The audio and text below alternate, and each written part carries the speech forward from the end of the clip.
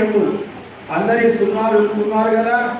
మొదటి 0 మహావ్యాధి, 2వ 0 మనోవ్యధ, 3వ 0 అంత్యఫలము. ఈ సంవత్సరం ఆదాయం ఎంత, వ్యయం ఎంత, రాజపూజ్యం ఎంత, రాజ అవమానం ఎంత? మేషరాశి వారికి 11 ఆదాయము 5 ఖర్చు, రాజపూజ్యము 2 4 అవమానం. వృషభ రాశి వారికి 5 ఆదాయము 14 ఖర్చు, రాజపూజ్యం 5 4 అవమానం. మిథున రాశి వారికి 8 ఆదాయము 11 ఖర్చు, 1 రాజపూజ్యము 7 అవమానం. కర్కాటక రాశి వారికి 2 ఆదాయము 11 ఖర్చు, రాజపూజ్యము 4 7 అవమానం.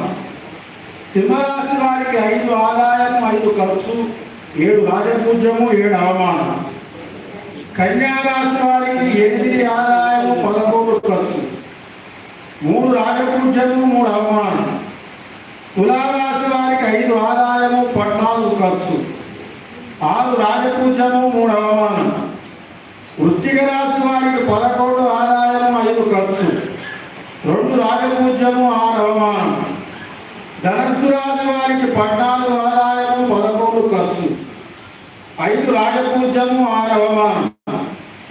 మకర రాశి వారికి 2 ఆదాయము 8 ఖర్చు, 1 రాజపూజ్యము 2 అవమానం.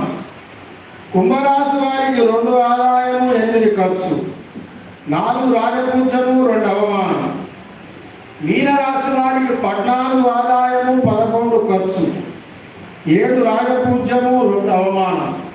ఈ విధంగా ఒక్కొక్క రాశులకు దాని పరిస్థితి తగ్గట్టుగా వారికి ఆదాయం తగ్గట్టుగా ఉంటుంది.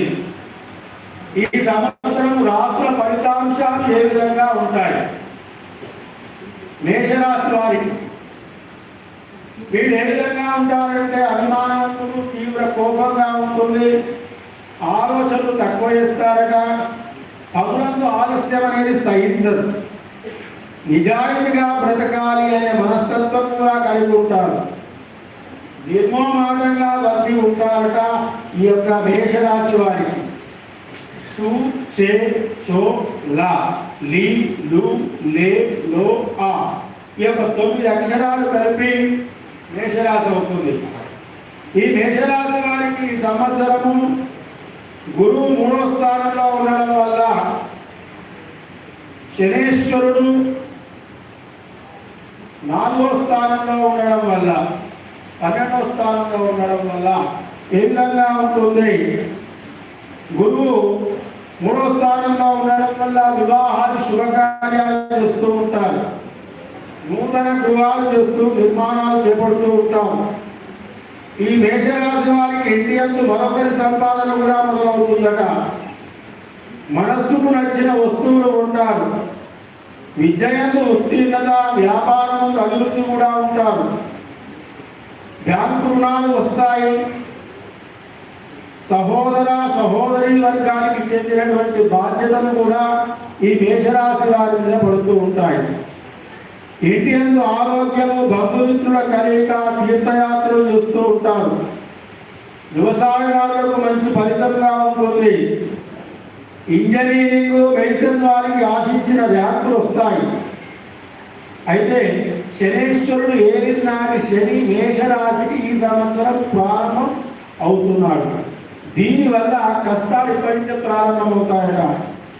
అధికమైన కోపం, నమ్మిన వారి నుంచి మోసం, ఇంటి యందు కలహాలు, విద్యాభంగం, ఉద్యోగభంగం, చేయి వృత్తుల యందు ఆటంకం, మీకు సహాయం చేస్తాన్న వ్యక్తులు దూరం అవుతుంటారు, ఊరికనే కోపానికి వస్తుంటారట. మీరు ఎదుటి వారిని తక్కువ అంచనా వేస్తుంటారు, అలా అంచనా వేయద్దు. మధ్యవర్తిత్వం కూడా ఈ యొక్క మేషరాశి వారికి పనికిరాదు అంటున్నారు. కొన్ని వాహన ప్రమాదాలు, శస్త్రచికిత్సలు కూడా ఉంటాయి కాబట్టి ఓర్పుగా ఉండండి. ఏలినాటి శని ప్రారంభం అవుతుంది. కానీ గురువు మంచి స్థానంలో ఉన్నాడు కాబట్టి కాస్త ఈ మేషరాశి వారికి అనుకూలంగానే ఉంటుంది. కానీ మధ్యలో దాంట్లో ఎవరి దాంట్లో వేరు పెట్టకుండా ఉండడం బాగుంటుంది. వృషభ రాశి వారు ఈ ఉ ఏ ఓ వా వి ఉ